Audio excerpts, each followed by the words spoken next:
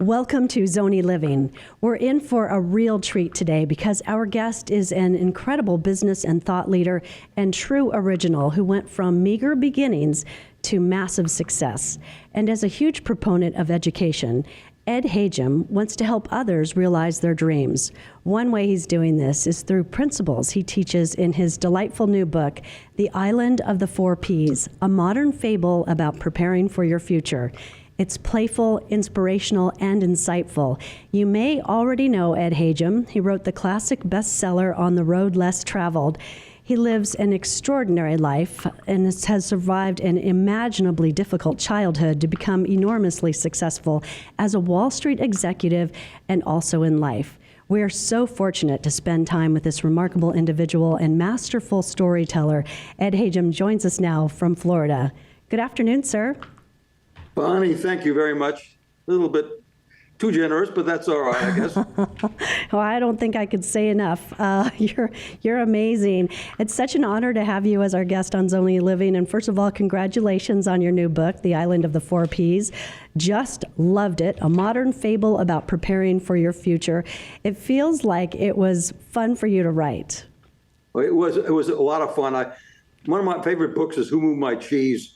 And I've always been very interested in the concept of fables. If you look back in history, fables basically have communicated principles as much as any form of literature. I mean, Dr. Seuss, Gulliver's Travels, Don Quixote, or the Alchemist. So I thought I'd try to write a short book that would communicate a series of ideas that have helped me throughout my life. And that's what The Island of the Four Ps is all about. The protagonist, a young man named Marcus, journeys to the Island of the Four Ps to find his purpose and his path. It's utterly charming and yet incredibly powerful as a leadership book, and maybe not something you'd expect from an investment manager and seasoned Wall Street executive. How did you get this wonderful idea? Well, I found that I was successful, and I did start with a rather difficult beginning, and I tried to study why and how I did what I did. And I came up with this formula, basically, that every time I had to make a decision, I went back to a series of words, the four Ps: passions, principles, partners, and plans. And I had big yellow pads filled all my life with those words on it, because really they create, you already mentioned the other two Ps, path and purpose. But those are the four Ps. And I decided I would put it into a fable because it would allow easier reading, easier communication, and also it's not a right or wrong book. It's a book on saying here's how the things you should look at when you make decisions. It tries to communicate that individuals are unique, and in addition, the second person in the book besides Marcus is Archimedes, and he's not a teacher; he's a guide. He's guiding Marcus and later on Thalia, young lady in the book, to make their own decisions in these areas. And their conversations are the same conversations that people must have with themselves to make good life decisions. At least that's my point. Well, I love that in the book, these principles show up as villages. So we have the village of passions, the village of principles, and so on. And we should note, part of the joy of this book are the illustrations by Gabriella Leal. And also the paper is so nice to touch. The pictures are beautiful. It's like a children's book, and it's definitely family friendly. Ed, please tell us how these principles guided you. Now, you said you had the big yellow pads and you put them down. And were they something you referred to as you were going through life, or is this something, looking back, it all makes sense now? Yeah, I guess a combination. But to get to the thought process that you go through when you try and make decisions, I looked back at the conversations I had with myself, and I said to myself that the most important conversation you have is this conversation with yourself.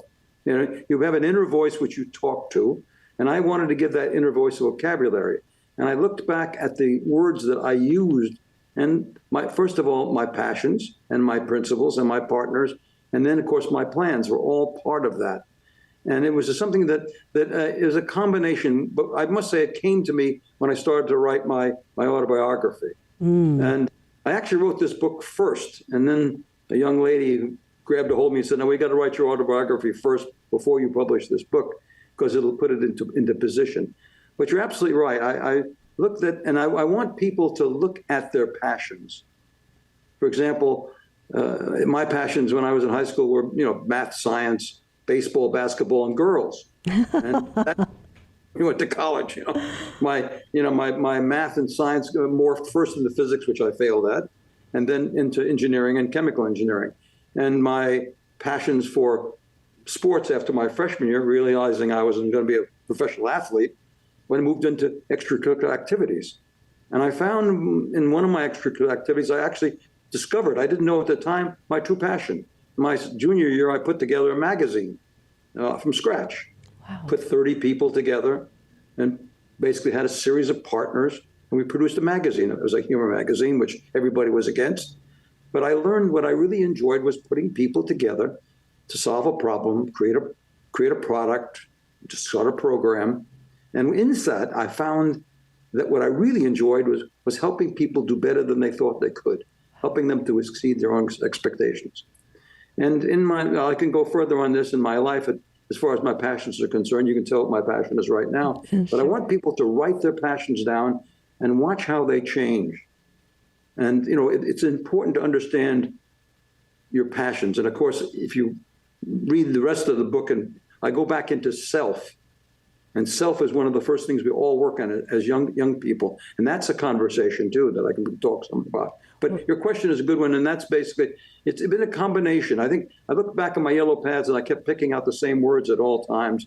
And so that's why I decided if I could communicate that to young people or anybody in transition today, I think that would be very helpful in their journey. I'm trying to just soften a few of the bumps on the journey of life, which is, life is, I say the highway of life is always under construction. I like that. I noticed in your book, you also state that not setting priorities when you're talking about passions can leave us meandering from path to path. So to set priorities, you suggest we answer these 4 questions. First, what activities make time pass quickly? Second, what subjects do we hunger to learn about? Third, what tasks do we pursue with commitment and energy without hesitation? And fourth, what do we daydream about? So if you were to ask anybody these questions, they probably come up with way too many answers. How do you help people sort out their passions, which ones to follow? Well, I think it's very good to spread them out. You said a lot of the things. It's important to spread those out and then look at, there's a couple of other things you have to pay attention to. First of all, many of your passions don't work with your principles. Some don't work with your partners. But most importantly, you've got to check your passions with what I call context. What period of history are you living in? What do you have to do to be successful? And successful basically is a word that you have to, it's a personal word. And that's why I'm so important in this book, is to recognize that everybody is unique. Everybody has unique passions. Everybody develops unique principles. Some principles are universal, but a lot of them are very unique. And I can spend some time on that as well. But you will get too many answers, and you'll see some of them are just avocations. And some of your passions cannot be pursued at a certain age. You must put them off for a while. I had to earn money when I graduated from college, because I graduated from the business school with a negative net worth. So for a while, the golden rule was, he who has the gold rules. And I had to earn money for a while. And I had to put my passions off for a while. But as soon as I got a chance again and got reasonably comfortable, I returned to my passions, which was to manage people, to, create a product, or basically be a manager in the business. As the son of a Syrian immigrant at 3 years old, you had been kidnapped by your father and told that your mother was dead. Then you were raised largely in foster homes and orphanages. You had no money, no family to help you, no connections, yet you got yourself into private college, the University of Rochester, where you earned your bachelor's degree in chemical engineering. You went on to earn an MBA with distinction from Harvard Business School. You married a wonderful woman, and I know that because it says so in your book, a wonderful woman named Barbara. You're the father of 3 children and the grandfather to 8. You've held senior management positions with prestigious financial firms. And upon serving as chairman of the University of Rochester's board of directors, you gave the school its largest single donation ever, which I have to say, $30 million. Now, looking back at over your life and imagining yourself as the young boy, I believe you told me you were 11 years old when you were on your own, living out of a Coney Island hotel room and taking trips into Manhattan on the subway to explore things. And can you even fathom the amount of success and the journey that you have been through? You've got the essence of the book. Anything is possible. Wow. Anything is possible. That's what I want to communicate young people or anybody. Anything is possible. And then education is the solution to almost everything. And the third major point, there's probably a dozen major points, is to basically never be a victim. If you look at my book, you'll find out that points in time I made mistakes, but I wasn't a victim even when I was wrong. There were other times when I was absolutely right, but I was become a victim of a difficult situation. But I went on. I always asked, what's next? What's wonderful, I think, about the book is there's so many little allegorical things in it.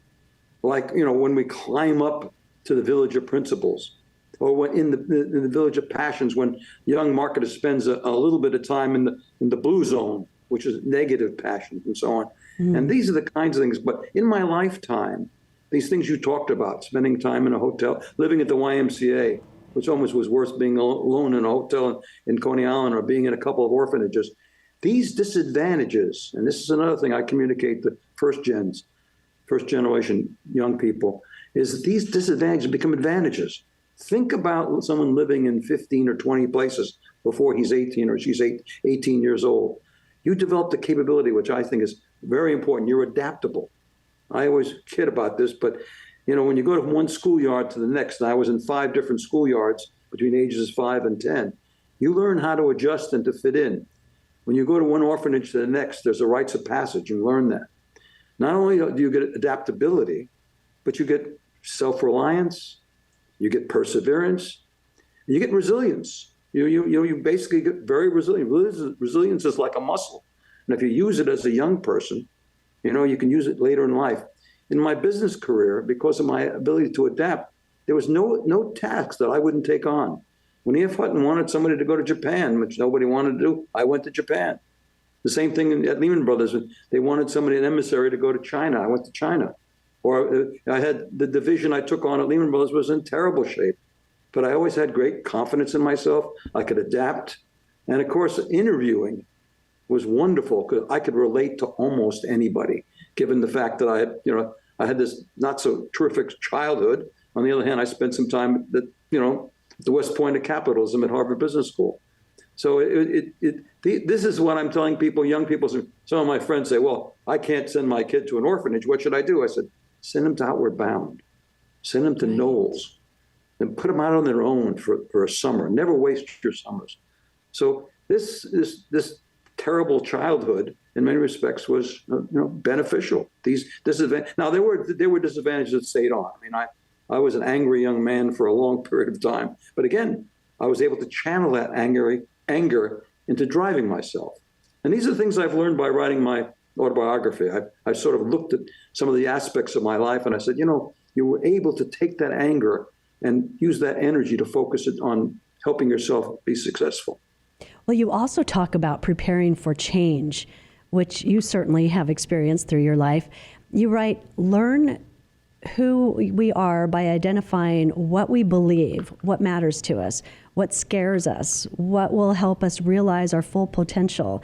How does this exercise help us through change?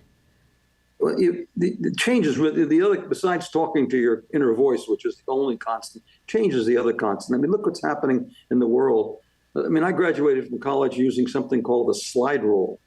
And, within 3 or 4 years after I got out of the Navy, everybody was starting using something called a computer. Of course. So if you don't focus on change, you can be lost very quickly, given the change in technology or the change in the sociological situation or the change in a geographic situation.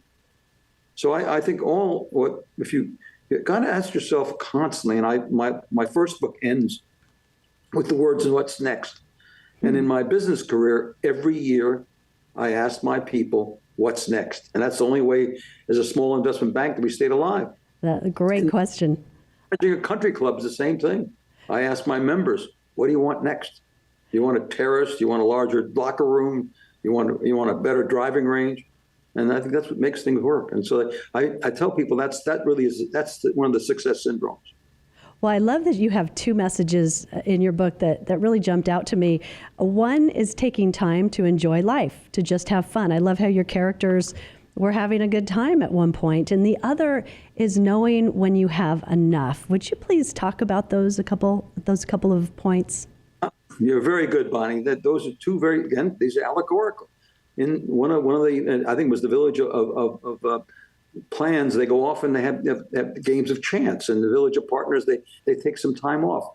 I lecture to people, why am I successful in my 57 years of marriage?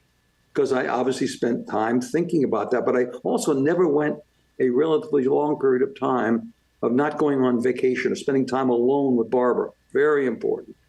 I tell young people, if you want to stay married, take a car trip every year for 4 or 5 days, and you'll be just fine. But we want to take vacations with the family and so forth. I mean, that's very, very important. And it's something that you do on a regular basis, or else all of a sudden you find you have two strangers. And so these are the kinds of little principles that you go through. I tell people, one of the best vacations is on a boat, no matter how small it is, because one of the wonderful things about a boat, when you take your family out, there's no place for them to go at night. Oh, that's so true.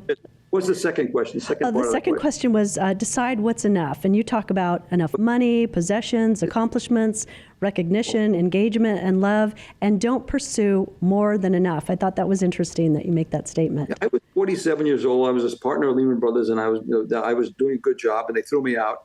And I had enough financial capability. It wasn't a lot. And then I could really pursue, I made a pivot. Instead of going to another prestigious firm, I went to a small, unknown firm called Firm & Sells, and I found my dream. So basically, I had enough of that. And in addition, I shunned fame completely. I mean, as a Wall Street person, I never was on television, never in the newspaper, because I couldn't afford fame. I had to really work on my business side of the business, and I decided to divide that. But I think just enough is. And by the way, just enough love, you never really get enough love, but to get a lot of love, you got to spend a lot of time on it. So and even there, you have to sort of say, I've spent enough time doing the family situation, and I've got to go back to work. That's why life is a juggling act. And I go through these 4 parts of life: self, family, work, and community. Community is my word for giving back. And basically just enough in each one of those areas, just enough self, just enough family, just enough work, and just enough community. A difficult balance. And you're going to always be out of balance because you'll always be focused on one part of it. And as you focus on one part of it, you neglect the other part. And that's why I would say to people, always look around every 3 months and see whether you've taken your wife to dinner, or sit down with your 6-year-old daughter and talk to her. I used to keep logs, actually, of actual time spent. At the end of the year, I'd sit down and say, how many hours did I spend? How many days did I spend doing self, family, work, and community? And community is something may come a little later in life. And in community, when I became the chairman of the board of trustees at the University of Rochester, I shut down a very successful hedge fund. Because if I was going to do a good job, I was going to focus on the University of Rochester, I couldn't spend that much time on work. Wow. And so that's the balance of just enough. But each person has to define just enough. But I've seen so many of people that I have found in my business, they go, they seek too much. And that too much makes them sacrifice the other parts of their life. Well, I noticed in your book, you do have a blacksmith in there that charts it out. You've got the key realms, which you just mentioned, and I think that was self, family, community, and work. And then you also had, so you had that going across the top of the chart, and then you had that individual's principles, like what they stood for. So do you recommend that to some of the young people that you talk to create a chart? Sounds like you did with keeping track of your hours.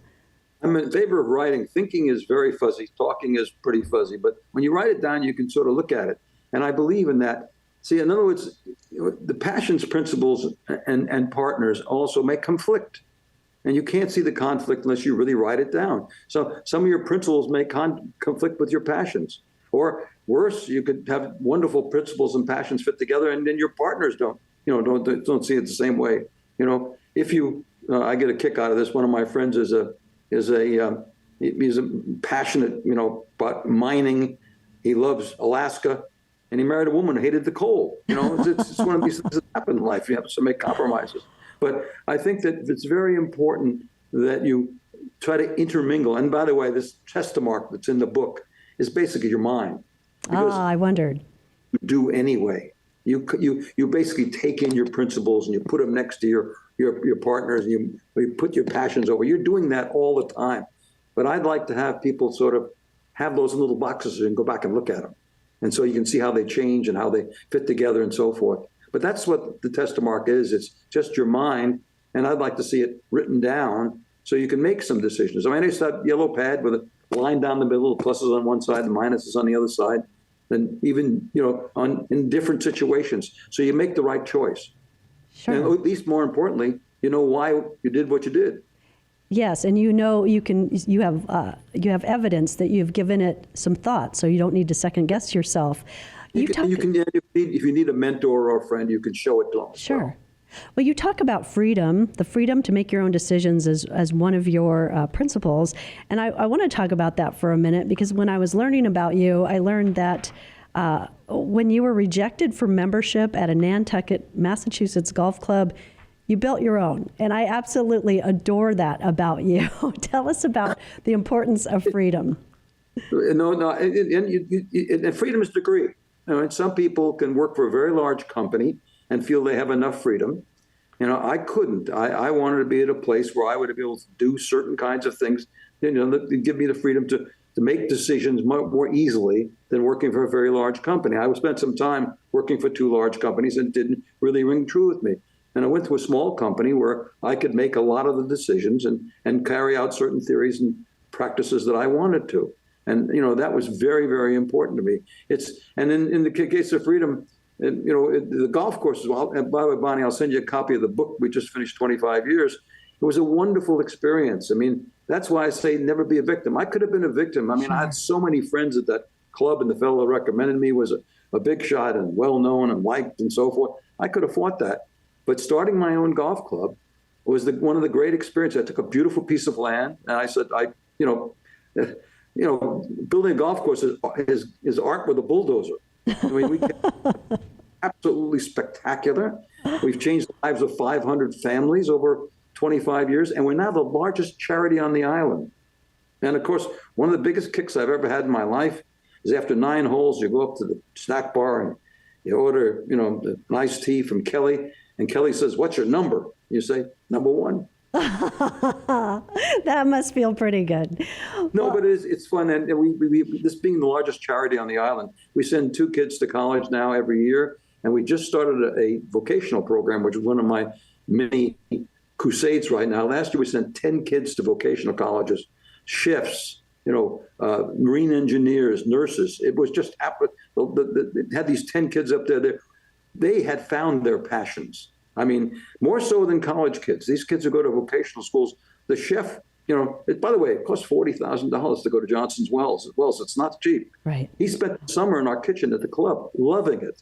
Oh. And so, that's something you really get a kick out of. You see a young person find their passions that early and be able to experience it. Oh, so wonderful. The club was fun. It was a great, and it's one of the things that just comes along in life. And you should be gratitude and be happy they rejected me. In fact, the 25th reunion, they asked me to make a comment. And I said, I wanted to thank the board of directors of the other club for rejecting me. I love that. Well, there are also economic lessons tucked into your book. The story describes the S-curve as a roller coaster ride that Marcus, the main character, felt like he was on when he experienced this. And you credit some of your success to anticipating and preparing for S-curves. Can you talk about that a little bit? Well, in the plans chapter, first of all, you take in history, which basically Marcus spends quite a bit of time with Thalia looking at, long-term cycles, both government cycles, economic cycles, technological cycles. And then in the second part of they go into plans and they look at the changes occur even in societies. You look at the movement of societies in Rome, Greece, Portugal, Spain, England, and I hope not us. But there's cycles among empires. But there's also cycles almost in everything we do. Take my own life. I mean, I became the CEO, managing director of an investment bank in 1983. The stock market was 600.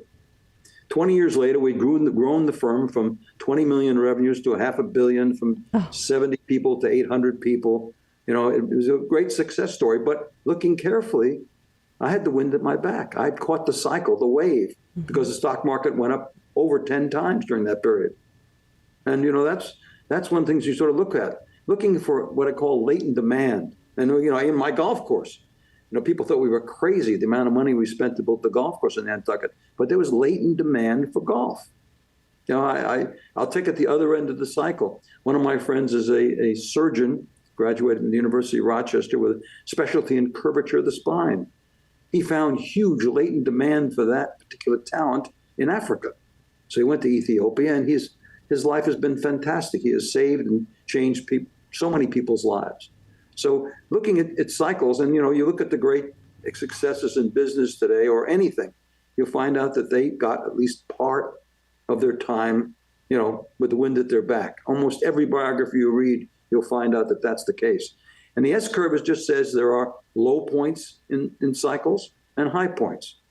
And, you know, at low points, people think, I think the world's coming to an end and so forth. But things are very cheap, and that's the time you should step in, like I did in 1983. It was a perfect time. It was a low in the stock market. And the stock market was one of the drivers for my business. Other times, you know, in 1988, you know, one could have bought any piece of real estate in the United States, because it was a huge real estate crash between 88, 89, and 90. That was a huge cycle. I tell young people, if you want to find a place someday so you want to go, pick out the place and then wait for a real estate cycle. But there are times when, you know, when you can sort of judge what's happening in the market, when things are euphoric and everybody's happy and things are really good and it's a new era. Be careful. When it's the end of the world, and, you know, there's, as Rothschild said, there's blood in the streets, you know, then you should sort of be a little more aggressive. You know, Warren Buffett said it better than anybody, you know, buy when they're selling and sell when they're buying. So, but I think that each person is a cycle, and you should basically pay attention to what part of the cycle you're in. Sometimes you're right in the middle and it's not a problem. But if you enter something at the very top, it may be, you know, difficult for a long time. Or if the cycle's over. I mean, you know, if you're, you know, in the buggy whip business and all of a sudden the automobile comes, the cycle comes to an end. Sure. On the other hand, if you know, got into you know, if you're in today in AI or robotics, you're probably at the bottom of a long cycle. I love that. You know, and we had several cycles in recent years, and that would be in the real estate market, where we watched things go way up and way down in a hurry. No, that's, you know, that in 2008, the world was coming to an end. For sure. Real estate was thrown away. Well, I was very lucky because I sold my company the first time, 1987. And I had some money, and so I went around the country buying places that I thought someday I might end up. And I was very lucky in places like Nantucket and Florida. I mean, I couldn't afford to live where I'm living. Beautiful places.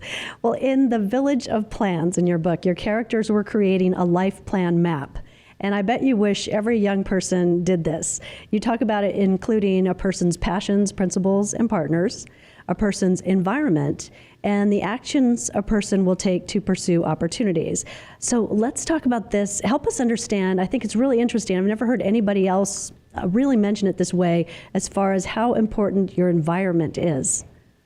The environment is, I mean, look, just take any period of history.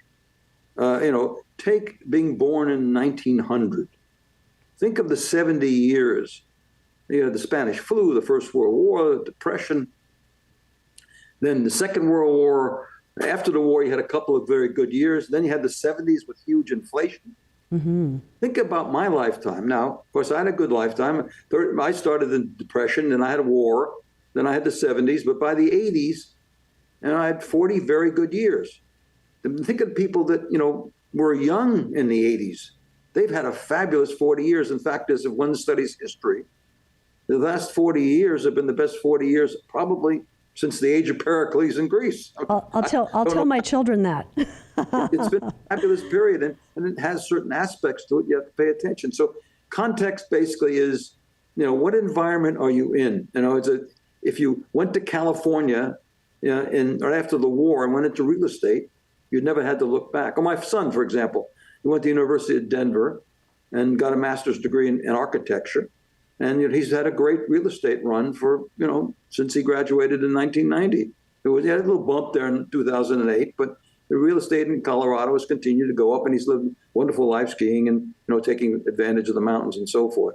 So, and my example is obviously the one that, I resonate to, because I spent time on Wall Street, and I tell people also, when you have good luck, make sure you understand that it's not all you. And again, when you have bad luck, the same way. Don't take it too seriously, because maybe it's not all you as well. Yeah. But in as you said very clearly, write it down, look at it, and keep looking at it and keep changing it. Through your book, too, there's the underlying message about the benefit of mentors, both having a mentor and then being a mentor. Who was your first mentor or role model, and why is it important to be a mentor?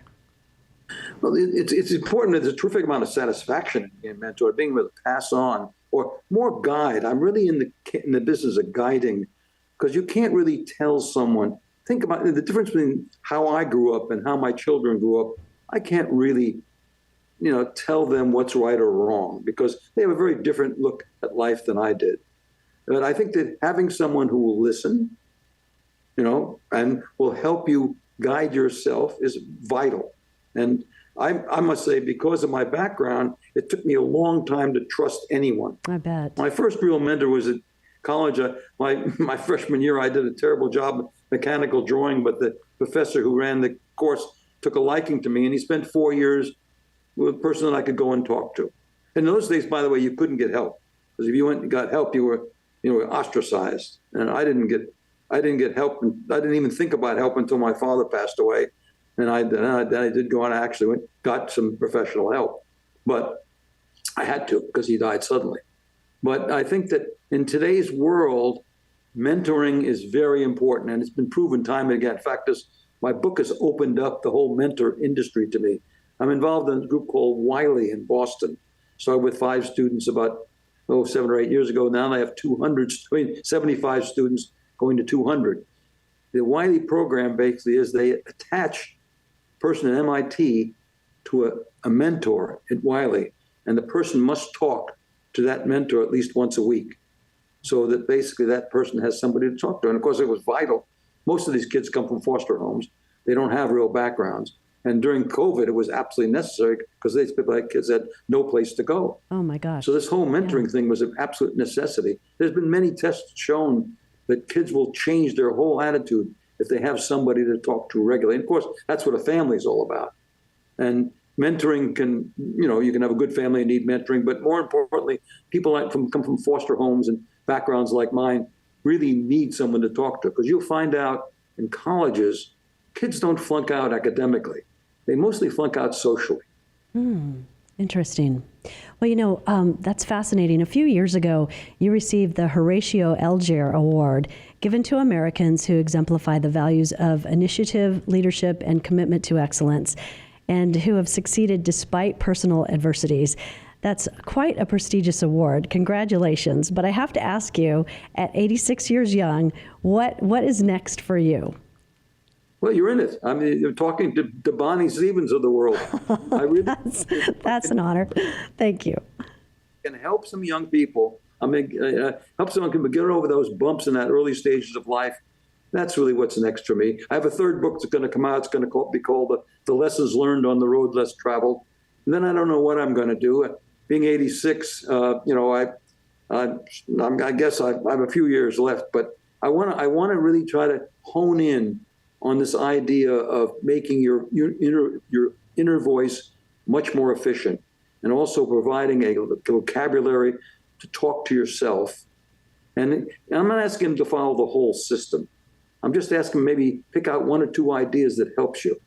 And again, in my life, I've basically been lucky enough to be successful. And if someone can take a part of my life and say, I'm going to I'm going to sort of pay attention. Like one idea I said about if you really want to have a place to go someday, just find it and then watch it. And in a lifetime, you'll have a real estate cycle and you'll be able to buy it reasonably and start to enjoy it. But what's next for me is what I'm doing right now. I spent my life on Wall Street under the principle, by the way, of to live happiest, live hidden. In other words, stay away from the press, stay away from television, concentrate on your company, your people, and so forth. And now I'm in the opposite arena, so it's really kind of challenging, a little scary. You know, I used to say the publicity in the business is the next step for jail. So I'm taking a chance, but I lose money on every book I sell. So I'm not they can't criticize me, but it's been fun. Bonnie, you know, every time I meet someone like you, I learn something. You ask questions today that make me think a little bit more.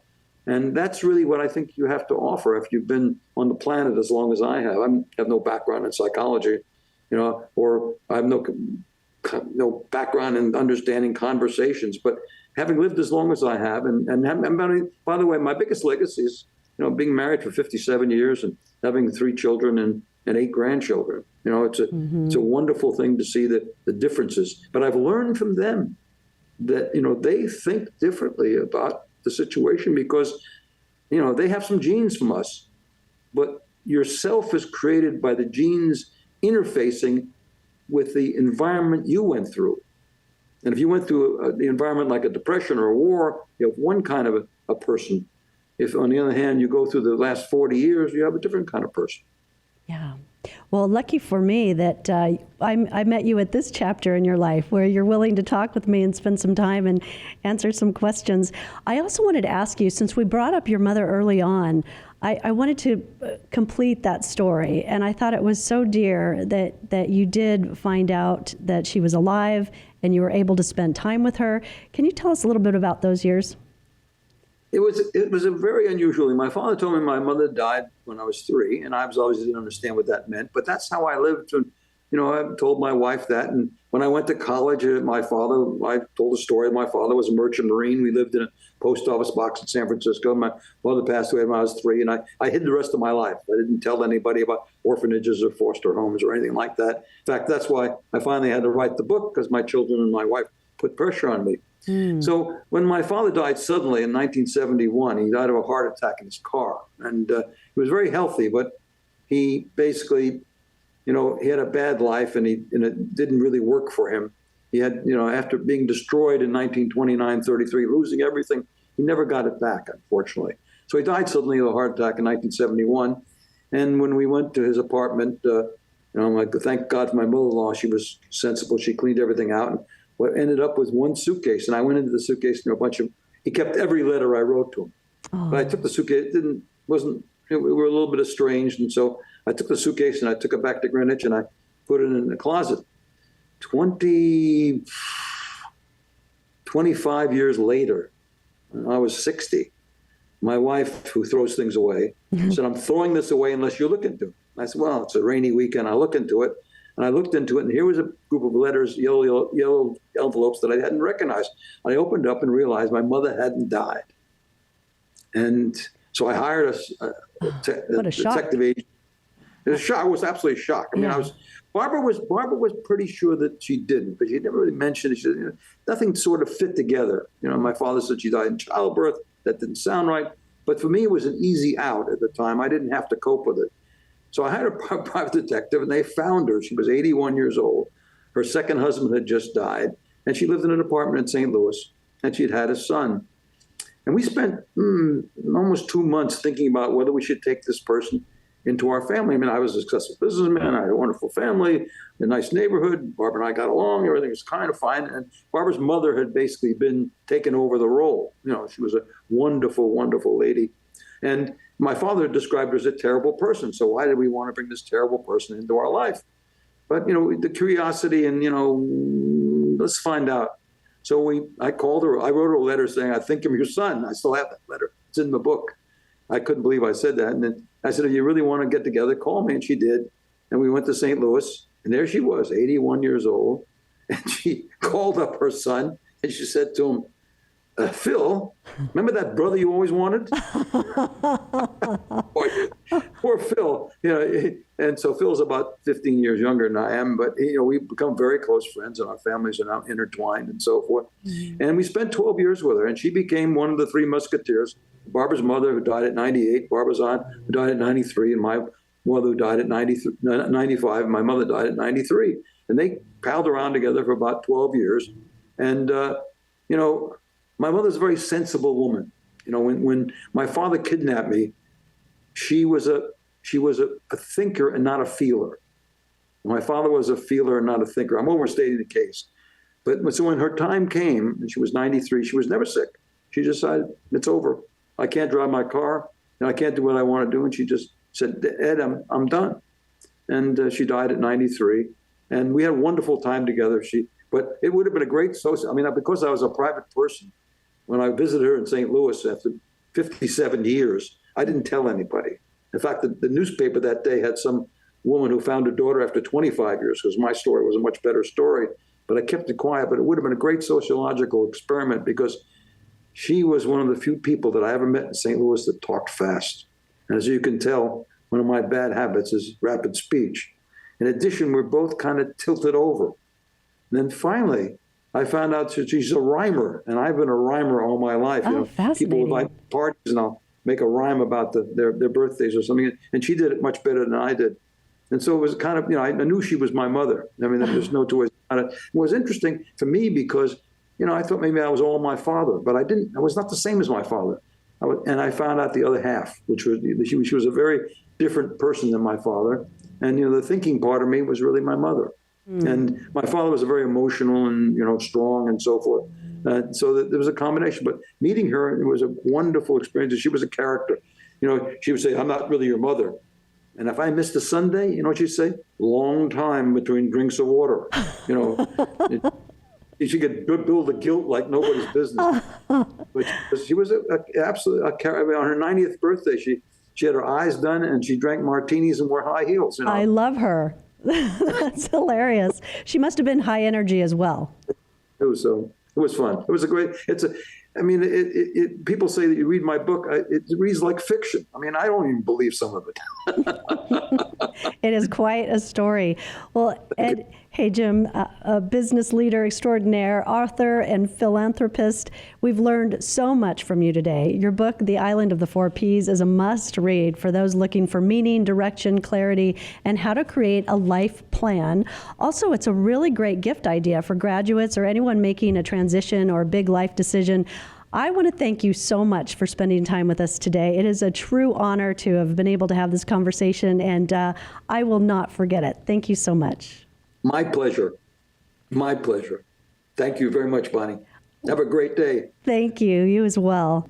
Ed Hajim's book, The Island of the Four Ps, a modern fable about preparing for your future, is a wonderful, powerful, and motivational story full of key life and business lessons.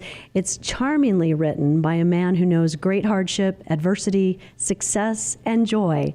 Find it on Amazon. You can read more at flagstaffbusinessnews.com and quadcitiesbusinessnews.com.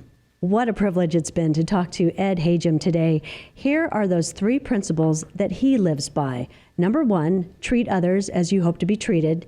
2, seek freedom to make your own decisions. And 3, decide what is enough. Enough money, possessions, accomplishments, and recognition. And don't pursue more than enough. This is Zonie Living, Business, Adventure, and Leadership. I'm Bonnie Stevens.